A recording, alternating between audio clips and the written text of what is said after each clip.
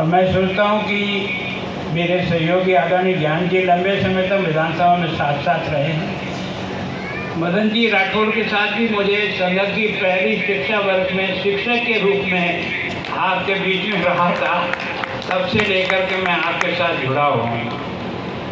आदरणीय पुष्प जी हमारे यहाँ से MP भी रहे, पार्टी के कई पदों पे रहे, कई वर्षों से काम किया, मैं उनका भी बहुत बहुत स्वागत करता हूँ। आज हमारे राष्ट्रीय पूर्व अध्यक्ष नेमीचंद जी चोपड़ा साहब भी विराजमान हैं। कई मैं सोचूं समाज के अध्यक्ष यहाँ विराजमान हैं, महेंद्र जी बोरा यहाँ हैं, मेरे DIG साहब जो कभी मेरे साथ बहुत लंबे समय तक काम किया था वो भी यहाँ हैं। कलेक्टर साहब मुझे दिख नहीं रहे हैं तो हैं। आदरणीय मंत्री जी के साथ भी मेरे को काम करने का मौका मिला है, तो वास्तव में और SP साहब और आप सबको बहुत बहुत मैं अपनी ओर से शुभकामनाएं देता हूँ। मैं ऐसा मानता हूँ कि मैं जहाँ आज खड़ा हूँ वो अगर किसी संत की कृपा है तो वो पुष्कर मुनि जी। कारण क्या है कि जब मैं राजनीति के इस रास्ते पर बढ़ा तो गुरु चरणों में जाने का सौभाग्य मेरे को मिल गया। देखो प्रभु कैसे जुगाड़ करता है, ये यहाँ से शुरू होता है। जब मैं उनके सामने खड़ा हुआ तो मैं एक जनप्रतिनिधि बन गया हूँ, आपका आशीर्वाद मिले, तो उन्होंने दो ही कहा कि ईमानदारी से काम करना, सेवा भावना से काम करना, बस इतना ही गुरु का आशीर्वाद है। वो आशीर्वाद मेरे को आज दिन तक अपने साथ लेकर चला। अगर ये गुरु की कृपा नहीं होती तो शायद ये रास्ता यहाँ तक नहीं आता।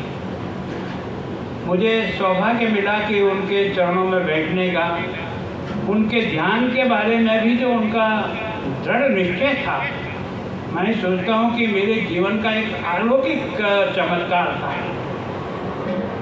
मैं दिल्ली में उनका चातुर्मास था चांदनी चौक में, और उस मंच के ऊपर राष्ट्रपति ज्ञानी लैल सिंह जी बैठे हुए थे।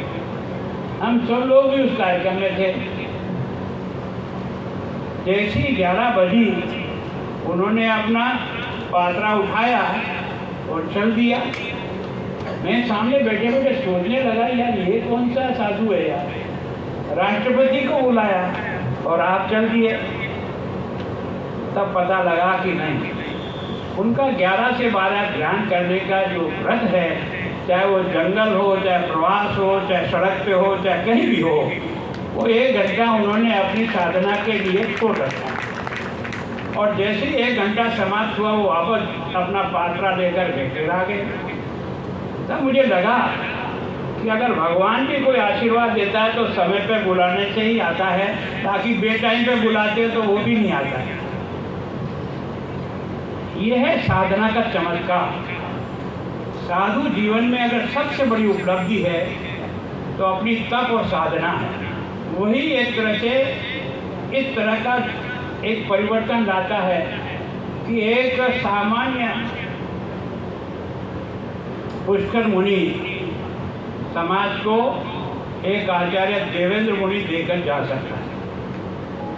इसका मतलब आपको समझ में आता है किस तरह से देवा को उन्होंने साझा होगा, कैसे तैयार किया होगा।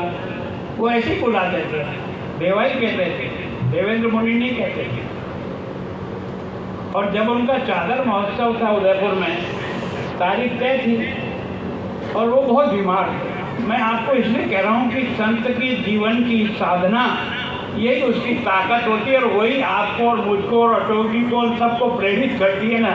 तो वो जीवन प्रेरित करता है, भाषण प्रेरित नहीं करता है। अगर कोई दम है तो जीवन में है, भाषण में नहीं है। भाषण ऊपर से हवा में निकल जाता है जब तक उसकी साधना नहीं होती तब। तो वास्तव में जब हमको लगा कि यार ये कोई बीच में कार्यक्रम में विघ्न हो जाएगा, कितनी इनकी स्थिति खराब है पता नहीं, पर उन्होंने कहा देवा तेरा चादर महोत्सव देख करके ही जाऊंगा। और वास्तव में ऐसा ही हुआ कि उनका संपन्न होने के बाद 1 दिन बाद उन्होंने देह त्याग दी। इसका मतलब मृत्यु पर भी अपना कंट्रोल कौन कर सकता है? साधना के बलबूते पे कर सकता है।